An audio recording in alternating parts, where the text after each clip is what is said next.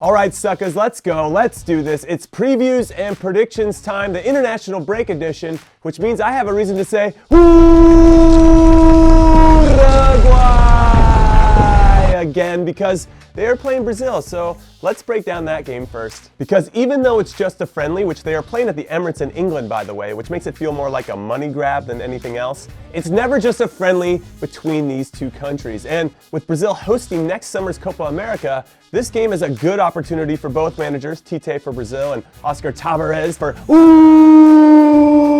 Uruguay, to start to develop the core of players that they're going to rely on for that tournament. And with Brazil's roster marked by injuries since Casemiro, Marcelo, and Coutinho will all be out, it's a good opportunity for Barcelona's Rafinha, Juventus's Alexandro, and Beijing's Renato Augusto, who all got called in to replace the injured guys I just mentioned, to prove themselves as players that Tite can trust to do the job. That is, if they can break into the starting 11, which is already stacked with Neymar, Roberto Firmino, Gabriel Jesus, and Richarlison up top, and they got Artur, Paulinho, and Alon in midfield, and Willian and Douglas Costa out wide, and these dudes are so good, I don't know how they lose any games. And as for Uruguay, they are still trusting the process of their 71-year-old national team manager, who is still in charge after taking over in 2006 after the country had not qualified in 3 out of the 4 previous World Cups at that point. So he instilled a new program at the youth national team levels to make sure that would never happen again. And now 10 of the most capped players in Uruguay's history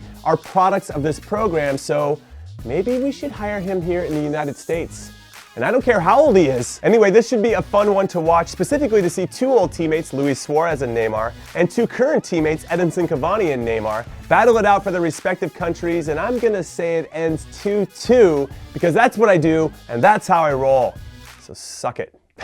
And then up next, it's the Netherlands versus France in the UEFA Nations League A Group 1, and that is a mouthful, which sees the reigning World Cup champions needing only a draw to secure top spot in the group, while the Dutch need all 3 in this one, and then a draw in their last game against Germany to get the top spot. So even though the Dutch haven't qualified for the last 2 major tournaments, and I'm talking about the 2016 Euros and the 2018 World Cup, I wouldn't count them out, especially since they absolutely beat up on the Germans in the last match day 3-0, which was, for me, their best performance in years. So we'll see if their relatively new manager, Ronald Koeman, who's been in charge since about February, I think, can build off of that and take the scalp of another World Cup winning side in Rotterdam, which, man, honestly, given some of France's injuries to Pogba, Martial, Mendy, Lacazette, Lamar, and Lucas Hernandez, and the fact that France has to have a letdown at some point, right?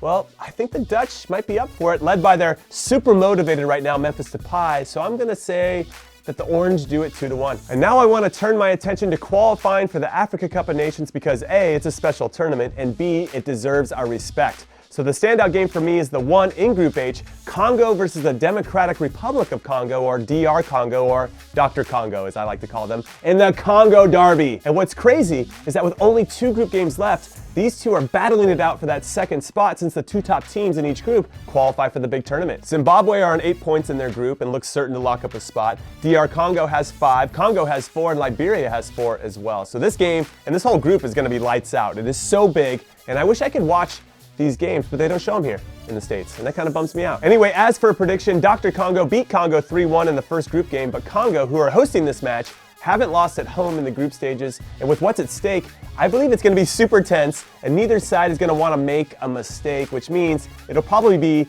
0-0 until the very, very end. It might even end up 0-0, but I really feel like Congo, with their supporters urging them on, will nip one late on a set piece to win 1-0, and yeah, I think I'm going to be right. That's what my gut is telling me. And next up, it's Italy versus Portugal, where the top spot in the UEFA Nations League A Group 3 will be at stake when the Italians try to totally redeem themselves after losing to the Cristiano Ronaldo-less Portugal 1-0 in their second group game. And with Cristiano Ronaldo not playing in this one too, I haven't decided if that's a good thing or a bad thing for Italy, since they couldn't beat Portugal the last time he wasn't on the field. But with all due respect to the other 21 players that are going to be starting this game, I don't really care about what they do because I'm only here for one thing and one thing only, and that's 18-year-old Italian midfielder Sandro Tonali, because he looks like Andrea Pirlo, and he plays like Andrea Pirlo, and he plays in the same exact position as Andrea Pirlo, and he's starting his career with Brescia just like Andrea Pirlo did, which means we have a new Lord and Savior, everyone, so Roberto Mancini better play him. Also, Italy still can't score these days, so I doubt they will here. So I'm going to go with a good old-fashioned 0-0 because Catenaccio for the world. And then finally, it's football versus soccer, pitch versus field, boots versus cleats, Nike versus Nike, the Three Lions versus the Stars and Stripes, also known as England versus the United States of America, which is being played at Wembley Stadium, which I'm pretty sure the last time an American played on that field, it was me, and I was lifting the Wembley Cup trophy over my head with #United. And speaking of Wembley Cup, I'll be there this year, so if anyone is up for a pickup game the night before, let me know in the comments about where we should do it, and I'll make it happen. Anyway, back to this game. From England's perspective, not only is it another opportunity for manager Gareth Southgate to give some valuable experience to his younger players, and to try some new players in general, like 26-year-old center back Lewis Dunk, who has been excellent for Brighton this season, but it's also a chance to say farewell to one of the best players to ever wear an England shirt, Wayne Rooney. And yes, I'll wait here while you type in 15 names that are better for England than Wayne Rooney ever was in the comments, but let's be honest, you don't become the leading goal scorer of your country by being bang average. I'm sorry. So he has to be in the conversation as one of the best ever. Also, I know people are pissed that England is even taking the time to honor Rooney, saying it's a disgrace, but it's a friendly game. He's going to play the last 15 minutes at most, then wave to the fans, sign some autographs, kiss some babies, and raise some money for charity, so f***ing relax already. Now, as for the US, I mean, it's been over a year since we didn't qualify for the World Cup, and we still haven't hired a full-time coach. And yes, I'm sure there are plenty of reasons why we haven't, and I'm sure some of those reasons are perfectly sensible, but it doesn't look good. It looks like we have no idea what we're doing, which means I hope that we do have an idea of what we're doing on the field, especially with the re-inclusion of Christian Pulisic, who has missed the last few friendlies due to injury, because I'm hoping that he can be the catalyst to help us play better than we have been, and to be the player that acts as the glue in some ways, which I hope will help raise the game of everybody around him, especially Timothy Weah, who I think can be a very special player for us. But as for prediction, well, it's the currently very confident England at Wembley in Wayne Rooney's farewell game. So I just don't see us getting a win on the road, or away from home as you like to call it, but maybe we'll get a tie. I mean a draw as you like to call it. So I'm gonna stay positive and upbeat and optimistic like always and say 1-1. And yes, that is it. That is all I got.